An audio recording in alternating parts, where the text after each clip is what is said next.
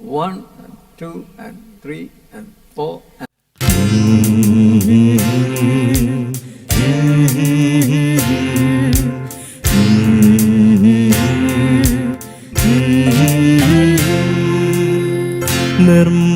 നിർമ്മലമായൊരു ഹൃദയമെന്നിൽ നിർമ്മിച്ചരുളുക നാഥ.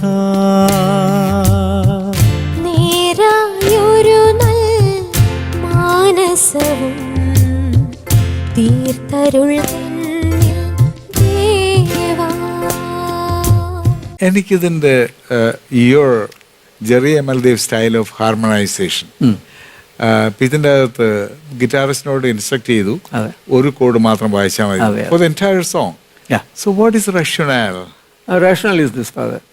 Technically, this is in a raga. Sari ma pa da pa ma pa ga sari sa. ആസാവരിയുടെ ഒരു ചോയാണുള്ളത്. Complete പ മ പ സ ധ അങ്ങോട്ട് നമ്മൾ പോയില്ല. സരി മ പ ധ പ മ പ ഗ ഗമ പ ഗമ അതും കൂടി ചെയ്തില്ല. സരി അപ്പോൾ അത് രാഗമാണല്ലോ. രാഗത്തിന് ബേസിക്കലി വേണ്ടത് ശ്രുതിയാണ്. സായം പായും മതി, വേണമെങ്കിൽ കോഡ്സ് ഇടാവുന്നേ ഉള്ളൂ. ഇപ്പം നമുക്കിപ്പോൾ ഒരു അധികം സമയമില്ലാത്തതുകൊണ്ടും പരിമിതമായൊരു സിറ്റുവേഷൻ ആയതുകൊണ്ട് I am simplified it by asking them not to bother about the chords, just play the സാപ്പാസ. തവ തിരുസന്നിധി തന്നിൽ നിന്നും തള്ളിക്കളയരുതെന്നേ നീ.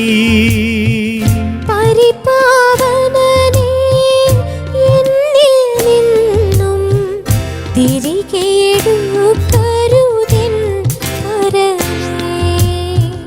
നിർമ്മലമായൊരു ഹൃദയമെന്നിൽ നിർമ്മിച്ചരുളുക നാഥ. നേരായൊരു നൽ മാനസവും തീർത്തരുൾന്നിൽ ദേവാ. നമ്മൾ മുമ്പ് Jerry Amaldev film literature music ഇങ്ങനൊരു ഡൈക്കോട്ടമിയെ പറ്റി സംസാരിച്ചു. അപ്പോൾ ഒന്നിൽ മെലഡി ഉണ്ടാക്കിയിട്ട് ഈണം ഉണ്ടാക്കിയിട്ട് അതിലേക്ക് ടെക്സ്റ്റ് കൊണ്ടുവരുന്നു, മറ്റേത് ടെക്സ്റ്റ് കണ്ടിട്ട് ഇതിനെ ഉജ്ജീവിപ്പിക്കാനുള്ള ഒരു മെലഡി ഉണ്ടാക്കുന്നു.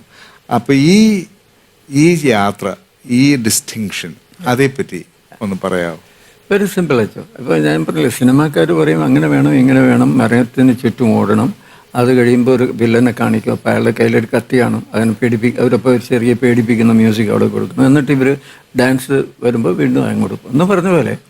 ഞാനിങ്ങനെ ഒരു ദിവസം ഇരിക്കുമ്പോൾ മൈക്കിളച്ചൻ എന്നെ വിളിച്ചിട്ട് നമ്മുടെ കൊച്ചിയിലുള്ള FCC നൺസിൻ്റെ എന്താ പറയുന്നത്, പള്ളുരുത്തി തോപ്പുംപടി കോൺവെൻറ്റില്ലേ, അവിടെ എന്നെ വിളിച്ചുകൊണ്ട് പോയിട്ട് അച്ഛൻ പറഞ്ഞു, ജെറി ഇത് 2-3 പാട്ട് നമുക്ക് ഉണ്ടാക്കാം, ഈ ലിറിക്സ് ഇതാണ്. ആദ്യം ഒരു ലിറിക്സ് തന്നു. എന്നെ ആ പാളറിൽ, അതായത് ജനങ്ങൾ വന്ന് ഇരിക്കുന്ന സംസാരിക്കുന്ന സ്ഥലത്ത് ഇരുത്തിയിട്ട് ഒരു ഹാർമോണിയം തന്നു.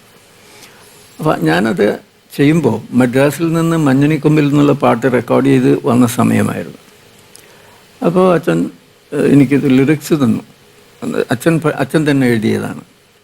നിർമ്മലമായൊരു ഹൃദയം എന്നിൽ നിർമ്മിച്ചരുളുക നാഥ. അപ്പോൾ ദാവീദിൻ്റെ പശ്ചാത്താപ ഗാനമാണ്. ഞാൻ വിചാരിച്ചത് വളരെ സരളവും അതേസമയം അല്പം ശോകവും ഉണ്ടായിരിക്കണം എന്ന് നിശ്ചയിച്ചിട്ട് ഹാർമോണിയത്തിൽ കൈവച്ചു. അങ്ങനെ ഈ ട്യൂൺ ഉണ്ടായിച്ചു, ഇത് നിർമ്മലമായൊരു ഹൃദയം. അപ്പോൾ സിറ്റുവേഷൻ തന്നെയാണ് ഇതും. മറ്റേത് സിനിമാ സിറ്റുവേഷൻ, ഇതൊരു ആത്മീയ സിറ്റുവേഷൻ.